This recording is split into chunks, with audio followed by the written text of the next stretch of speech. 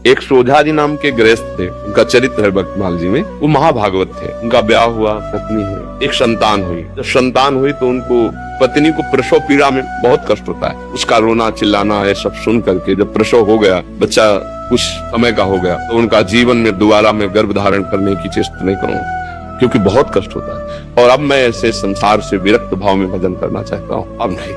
पत्नी से प्रार्थना की कि तुम्हारा पाणी ग्रहण किया है, इसलिए तुमसे हम अनुमति मांगते हैं या हमारे साथ चलो। अगर आप तो घर में सब सुख सामग्री है, बच्चा है, आप पालन पोषण करो, पर मैं विरक्त होकर आज से भगवान का भजन करूंगा। यदि आप कहते हो कि पाणी ग्रहण किया तो हमारे हाथ में हाथ मिलाओ, चलो, जैसे मैं रहूंगा वैसे रहना होगा, पर साथ में कुछ नहीं, कोई नहीं, और भजन करना होगा। तो उन्होंने कहा मैं आपके बिना तो रह ही नहीं सकती, आपके साथ चलूंगी। तो चली। जब गांव के बाहर निकली, जंगल में पहुंची तो देखा थोड़ा धीमी चाल है। उनका जल्दी से आओ ना, तो देखा गोद में बच्चा है। तो पहले उनका कहा था कि हमारे साथ अन्य कोई नहीं चलेगा, सिर्फ आपकी अनुमति है, आप बच्चा ले। तो बोले नवजात शिशु, इसको कहाँ छोड़े, इसको कौन पालन पोषण करेगा? तो उन्होंने कहा सब जीव जंतुओं का पालन पोषण करता है, वही भगवान करेगा, या तो वापस हो जाओ या बच्चा यहीं छोड़ दो।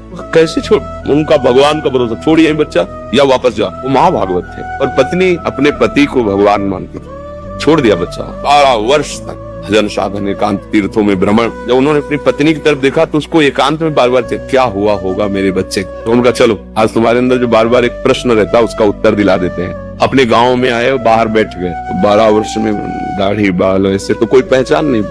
तो उन्होंने पूछा कि तुम्हारे गांव में एक सोजा जी थे, सुनाओ संत बन गए, उनके कोई संतान थी, क्या हुआ आपको पता है? तो उनका अरे भाई उनके भाग्य क्या कहने। सोजा जी को जब जाते हुए सुना तो यहाँ का जो राजा था वो बड़ी श्रद्धा रखता था, तो उसने घुड़सवार दौड़ाए। सोजा जी तो मिले नहीं, लेकिन उनका लड़का मिल गया जंगल में, उसको उन्होंने रख लिया। उनके कोई लड़का नहीं था, तो अब युवराज पद पर वो गए। बोले अच्छा अच्छा अच्छा, और वापस हो गए। पत्नी का देखा, घर में रहते तो हम गरीब किसान थे, लड़के को क्या बना पाते, लेकिन भगवान के हुए तो क्या बना, युवराज, और आगे चलकर वही राजा बनेगा। अब चिंता मत कर, चुपचाप भजन कर। ना कोई जंगली पशु पक्षी खा पाया बच्चे को, ना कोई हानि पहुंची, और अरे सर्व रक्षक भगवान, भरोसा भगवान का।